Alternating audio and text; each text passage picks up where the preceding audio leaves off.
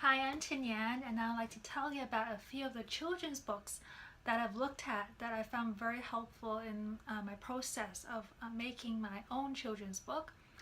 And so the first one is this one, which is Oh No, George by Chris Haughton. I found this very early in the semester, and because I wanted to do a book about dogs, and this one is perfect because it's all about George, this naughty dog.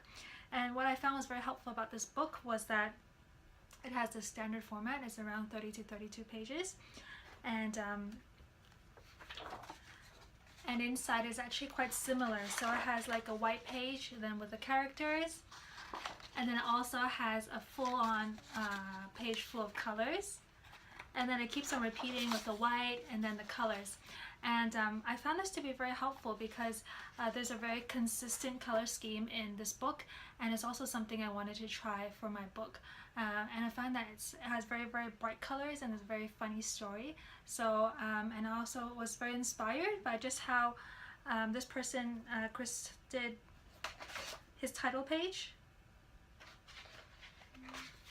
So it's a very simple title page, and it's also something that I wanted to do for my own book.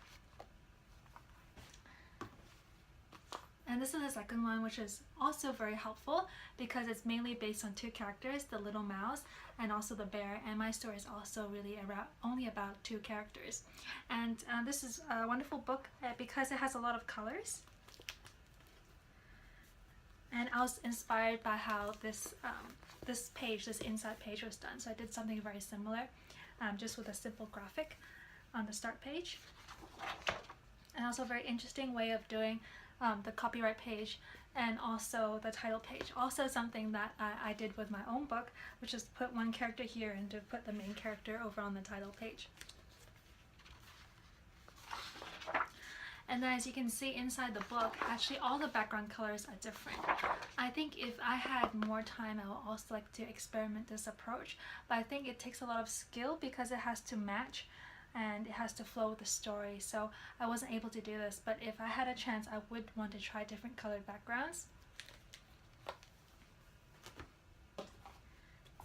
And this book is actually in German, so I can't actually read the story. But actually, I bought this in Berlin, and what I really love about this book is the way that the illustrator uses flat colors and also charcoal. So as you can see, it's a lot of a very similar color scheme, a lot of oranges and greens and blues, but then there's death in the pictures because of the charcoal. And I really like how lively the characters are, so I really wanted to try this, and this was very inspiring for me as I tried to use charcoal on my own drawings as well, and I felt that it gave a lot of texture and it made my characters look more 3D, so I'm really glad that I tried using charcoal. And then the last book that I want to talk about is Barapapa. This book is actually in Danish, so I can't I bought this in Copenhagen, but I can't actually read this book as well, but I kind of know the story.